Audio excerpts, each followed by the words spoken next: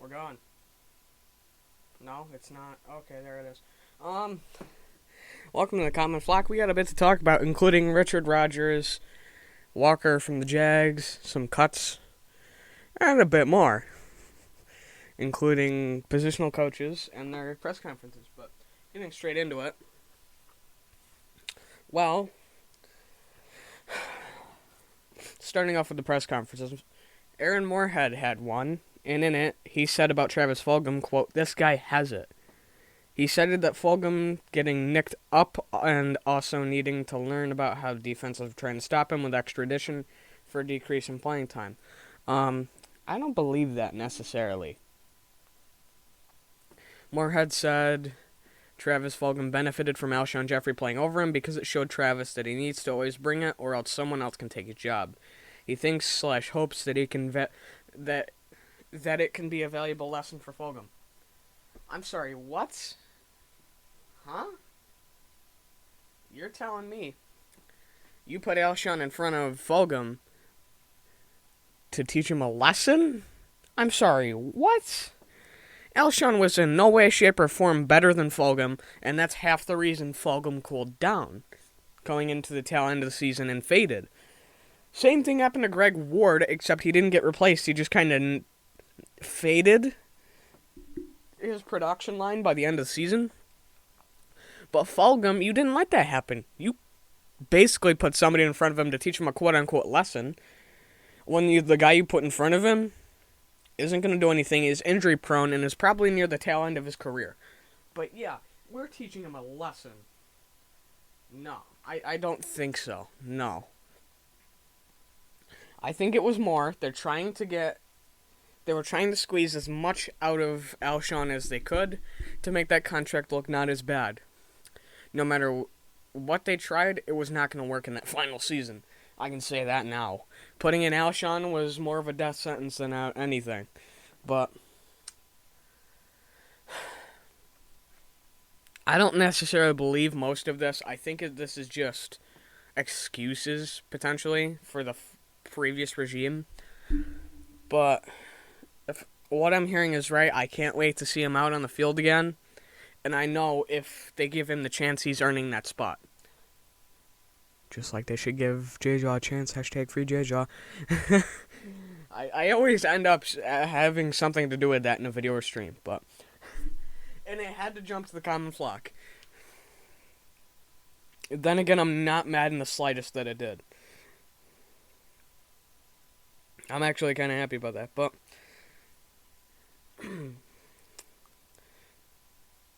what else did I want to? Oh, PFF tweeted, "What is the best NFL game you've ever seen?" Been to Bills-Eagles.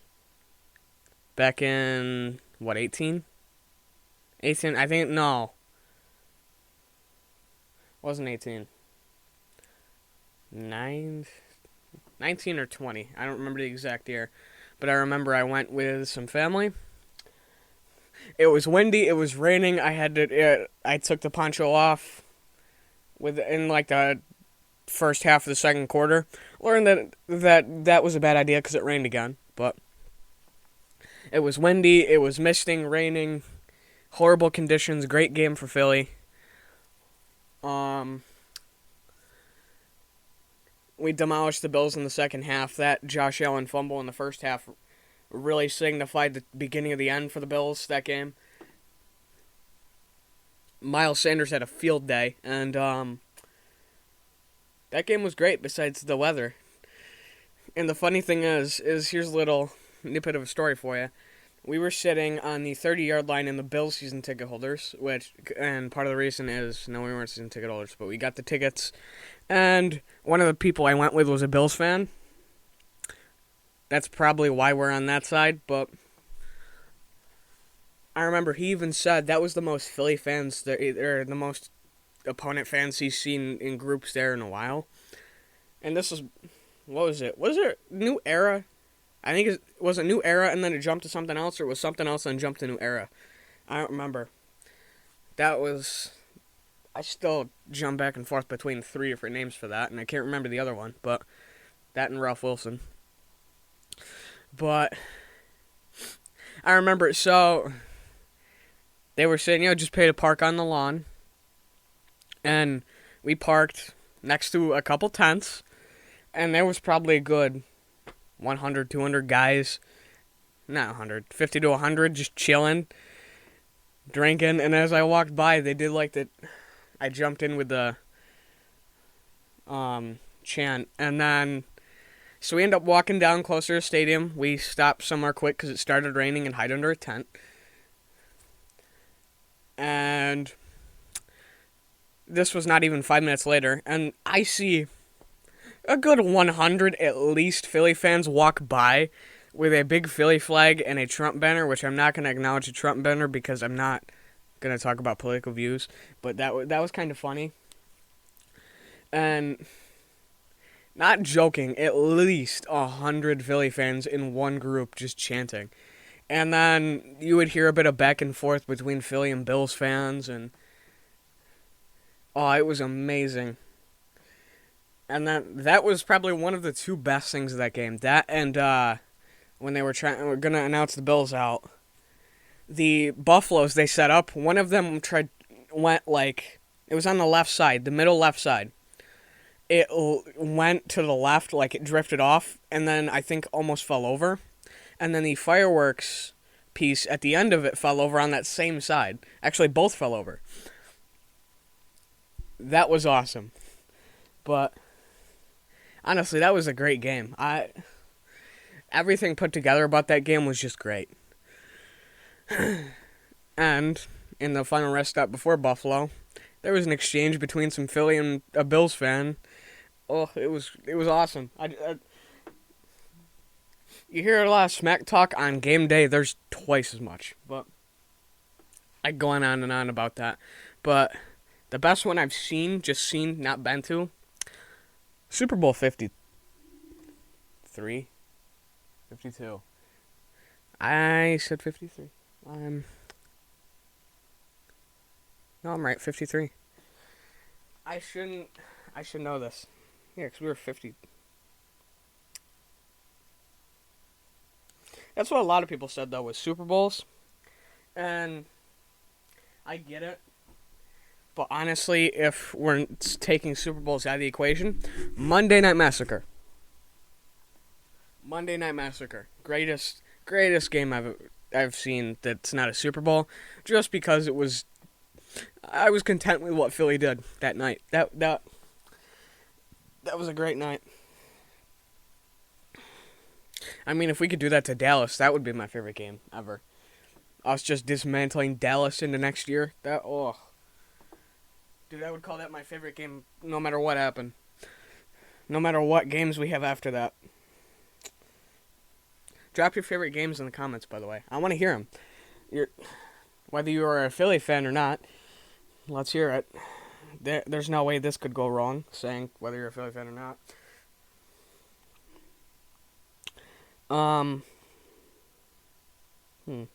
Alright, let's get on to the next point. And this is going back to the press conference. I had my thing mixed up and I had the PFF thing in there. My bad. But Moorhead said on Devontae Smith, quote, "There is so much to like about this guy. The game is not too big for him. He's just made plays from all over the field, inside, outside, how smart he is. Stoic, loves football. Says his weight isn't a concern."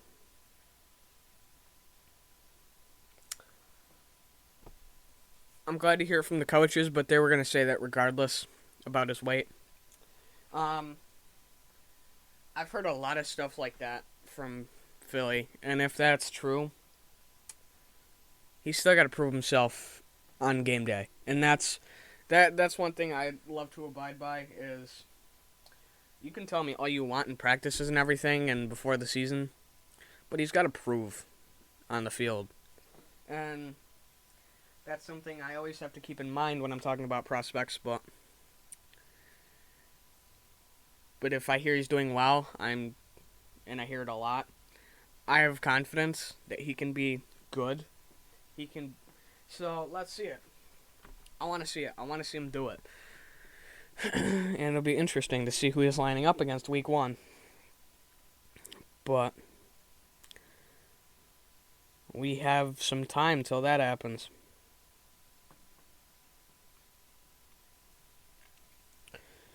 Eagles QB coach Brian Johnson said, Jalen Hurts works out extremely hard. He's very serious about becoming a player. That's good news, but that should becoming a player or becoming a great player. Great player. If I didn't, I meant great player. I've heard a lot of good about his work ethic, but work ethic can get you far. But you've also got to produce. And it ties into Smith with, you've got to show me something on the field. And I know he will, if his work ethic continues like this. But I'm just saying, I want to see it. I don't want to hear about it. I want to see it. We probably will, and we'll probably see some good, but I want to see it first before I truly want to believe this. Or want to roll with the rumors of work ethic and everything. And that won't tie into just 1 week either. That'll tie into multiple. But that'll be interesting. I wonder if I put the tweet in here. No, I didn't. I don't think. Great. I may be missing a tweet, but I'll try to search for it later.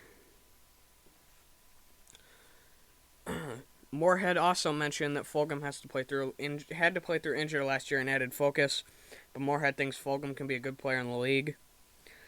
Quote, this guy has it, we all saw it.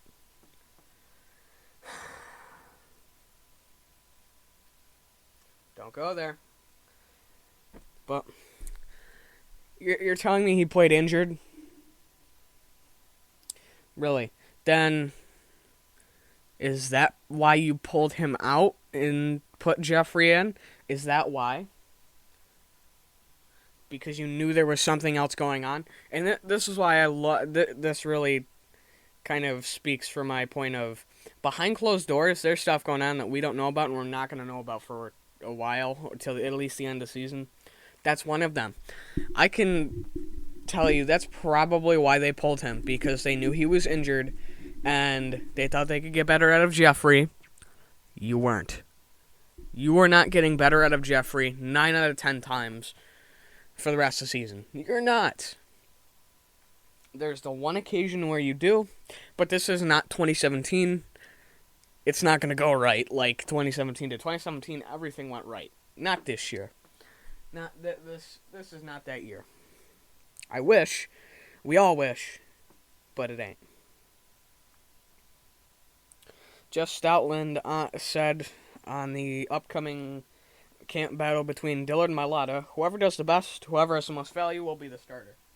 Stoutland says he will give input on who should start, but the final decision is Nick Sirianni's.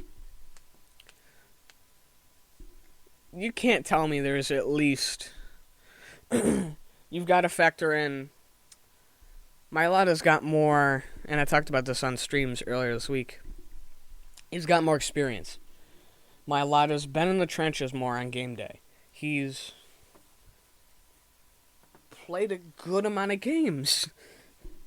He's advanced over 4 years and taken tremendous steps. And yes, his ceiling could be close, but it also could be very far away with Stoutland developing him. And you could say Dillard probably has a bit more of a ceiling than Mailata. But you never know what a player's ceiling or floor could be until they hit it. I think Mailata isn't close to his floor anymore. I don't think he really will hit his floor ever, just because he came in as not even a football player. So I don't think there's the possibility he ever fully reaches a floor again. Especially if he gets a good football IQ. But I think there's a little bit more development room for Dillard.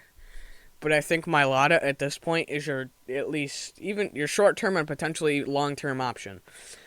But Dillard is also your potential long-term option, so you have to think about that.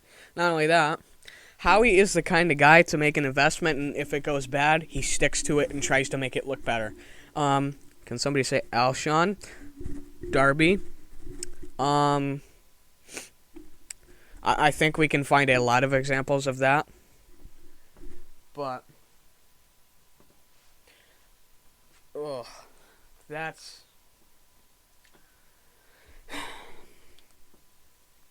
I don't know. I don't really have anything more to say on what's on both sides. I don't think you can get much for Dillard at this point. Anything above a 5th round pick, I'd just kind of surprised. Not as much for a 4th, but a 3rd, 2nd, or 1st, I'd be surprised. Unless you can develop him up and then give him a bit of playing time in garbage time for a bit of experience, and then maybe toss him out there for a couple games and see what he can do. You could move him to left guard. I don't think he'll start. I don't want him to start over Isaac. I think I'd be all in fine with Isaac starting. Same thing with Dickerson. Because people are like, oh, why not put Dickerson in Isaac's spot? No. Isaac's been doing good. He's been doing very good. And you're going to take him out of that rhythm? For a rookie who should be developing behind Kels? Or Dillard, who you don't necessarily know could translate to the guard position? No. I'd rather keep the consistency than trying to develop a guy up because you made an investment and you want to try to capitalize on that. No. I don't care if Dillard or if Dickerson can play the whole line. I'm keeping consistency and great play over potential consistency and potential great play because there's the potential there for there to go wrong. And if this season goes in any way like the last couple seasons, we've seen if anything can go wrong, it probably will in some way, shape, or form, or it will in some way, shape, or form. So I'd rather take my chances and not do it. But that's a whole nother story. I'm not getting into past seasons. I'll end up probably doing it later, but I don't want to right now. That's a debate for another day in another podcast or on another stream. Though I'll gladly talk about it.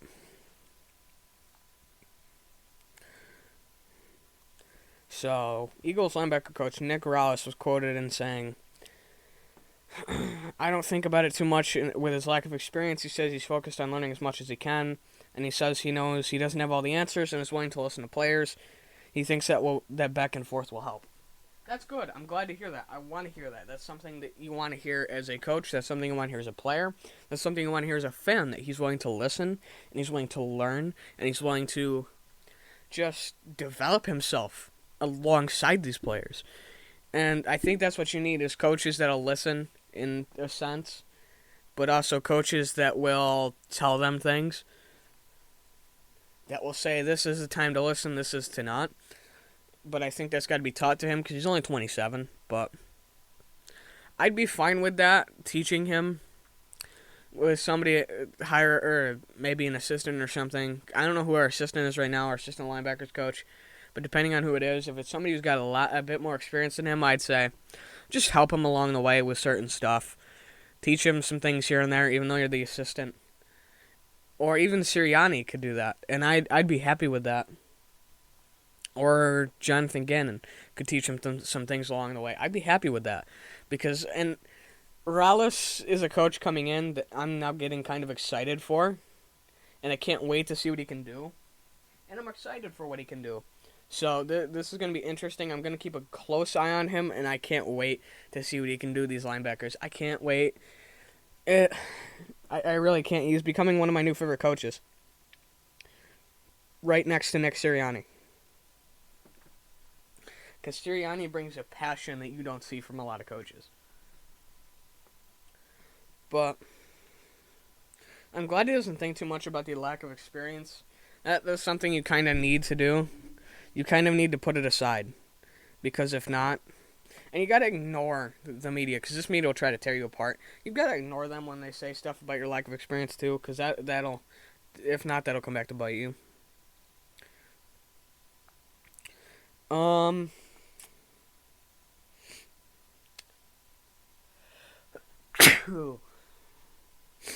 excuse me, but Stoutland had a great response to a McLean question. I'm not going to put it in the podcast or else I will get copyright claimed or whatever. But I will put it in the pin actually, I'll put it in the description. His response to a Jeff McLean question. Hold on. Let me find the exact. Well, let me listen to the exact quote for it. So, McLean asked, basically, you preceded Doug and survived his firing. What happened? What was the cause and stuff of Wentz's trade and Doug's firing? And I'm paraphrasing, obviously. And Stoutland basically responds with, "I don't know. I know how to." He at one point said, "quote I know how to teach a 6-man protection," and he also said, "quote I know how to make Jordan Mailata and Andre Dillard look like the guys they're playing next to," which is all well and good, but the thing is, I think that's one of those questions that's better left unasked for now. And one thing that got me excited was Stoutland said, maybe when I'm retired I'll talk about that on a podcast or something. And that's good. I'm glad he took that stance, because even if he knew the answer, which he may know a bit, but I don't think anybody knows the whole story. That's not Howie, Doug, and Carson. I don't even know if Carson would know the whole story. The whole story is probably just known by Howie and or Doug. Actually, Howie and potentially Doug. Howie, I can almost guarantee you knows the whole story. Probably Jeffrey Lurie too. But I think that's a question better left unasked for now, and I think you wait till a couple years down the road when just it's past. We know what happens after. We know what happens with Wentz and Doug, and you kind of see how everything played out, and just it's something that is so recent and everything that you just, why ask that? Not only that, you don't know if the coaches are going to want to talk about it, even if they know most of the story, which they probably won't, in respect to Carson and Doug and everybody. And I think that's another thing, is just respect that something happened. There was a disagreement. Not everybody saw eye to eye. And things happened that didn't bode well for many guys. And ultimately, what had to happen was Wentz had to go. Doug had to go. Sadly, but that's just how it had to go. And I think that's a mindset that some people should think about. Yep. Hopefully I don't get copyrighted for that little audio. I can cut it if I need to. I wasn't talking over it. But there was also a quote from, what's his name? Jason Michael, the tight end coach, that he apparently has talked to Zach Ertz a little bit between during the summer and everything, and he's not attending OTAs. Our OTAs are voluntary, from what I've heard. Hold on, let me make sure. Ertz isn't voluntary, or isn't going to OTAs, right? I'm pretty sure he's not.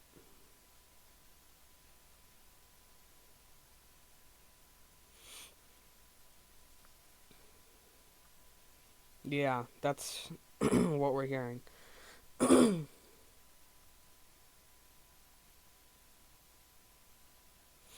But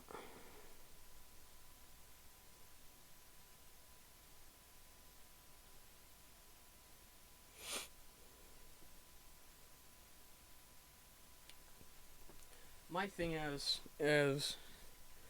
just, they're voluntary. I get it. New regime, work with coaches and everything, but they don't have to attend if they don't want to.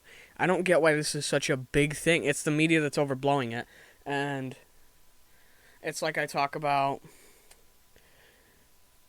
They overblow the Aaron Rodgers situation, even though, yes, he's not attending voluntary OTAs. Guys, what is. The media just blows a lot out of proportion these days for clicks and everything. There's some that don't, thankfully, like Philly Sports Network. They don't blow any. They don't do anything for clicks. They don't blow anything out of proportion. They're a great company for news from Philly. And they're one of the few that's not going to clickbait you. And honestly, there's not a lot of those out there. A lot of people want the clicks, want the money. But honestly, I think this Earth situation's not as bad as people think. And I don't get why people aren't fine with just letting him play out a couple games before the trade deadline and then dealing him. What is the problem with that? Getting his stock up, because we get a better return if he does good. And if he doesn't, well, we weren't going to get what we wanted for him anyways. So just deal him and call it a day. I don't get such opposition to it. But getting into more Philly news, we caught Jamie Newman. We also caught Khalil Tate and Trevon Grimes. I didn't have Tate or Grimes making it, the roster. And Grimes is back on our IR as an IR stash. Nobody grabbed him through waivers. He's injured. Tate, he was he would have been a first cut for me. He would have been the first guy I cut. And then Newman, they got to bring in a third arm unless they want to roll with two, and I'm not rolling with Flacco. So, bring in a third arm. I've heard Josh McCown. I'd be fine with that if you grab him practice squad this year and then bring him up next year. And then just tell Flacco, hey, bye. McCown's taking your place because we're paying him less. And he's a journeyman, too. Except he's been more of a journeyman than Flacco has. But I think he's also been in the league longer than Flacco has. Which has to count for something. But, and it does. Newman, I didn't want to see go. But I think there may be a young quarterback or two here that I'd be fine with getting. I'd be fine with getting somebody next year in the late rounds of the draft to be your future second-string quarterback. I would be all in fine with that because if 2017 has taught us anything, it's good to have a decent level quarterback that's going to play at your number two, and Flacco ain't going to be that. McCown ain't going to be that. That's why I say if you bring in McCown, just have a third arm anyways to be that real backup. As long as it's not Nate Sudfeld, or as we like to joke about, Nate Studfeld, Mr. Biggest arm on the team, because they're like, oh yeah, he's our deep ball guy. I'm sorry, what? The guy who hasn't played us really outside of the preseason and garbage time of like 2 games, you're calling the best deep arm on the team? Well, then why haven't you played him more? What? But they then signed from the Jaguars Michael Walker and re-signed Richard Rodgers. I was saying, I think it was one of the streams or my video talking about it. Potentially bring back Joshua Perkins or Richard Rodgers. They did it. I'm glad. Now we have a dedicated tight end to be the backup to Goddard when Ertz goes. And then our third string can be Caleb Wilson, Jack Stoll, or Jason Kroom. But I'd take... Here, the list of the 3 I'd take I'd want would be Wilson, Kroom, Stoll, project guys. The project guys I don't think even make the roster, or are like some of the first to get cut. First 2 weeks of preseason. I don't think they make it. Walker, he's in addition to a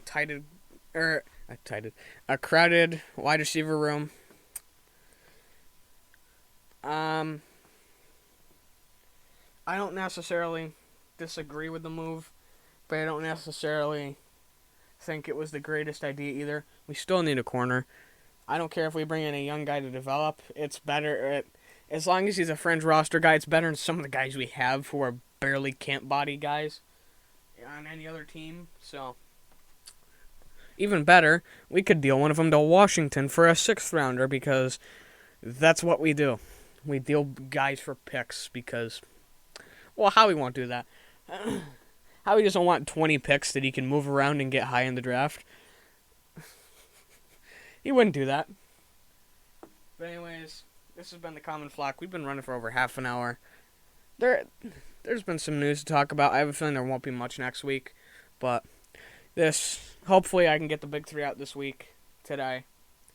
I don't know if I'll have enough for the Golden Dome. I'll have to see if I do after recording it all. I may waste my time, I don't know. But this is the Common Flock. I will see you hopefully sometime in the day. Watch News is going to break after this. News will probably break at... I'm ending this recording at 12:21. Watch News break at 1 o'clock. Something big that I somewhat discussed. And I'm going to be like, oh, so my points got invalidated in half an hour? But anyways, I will see you later.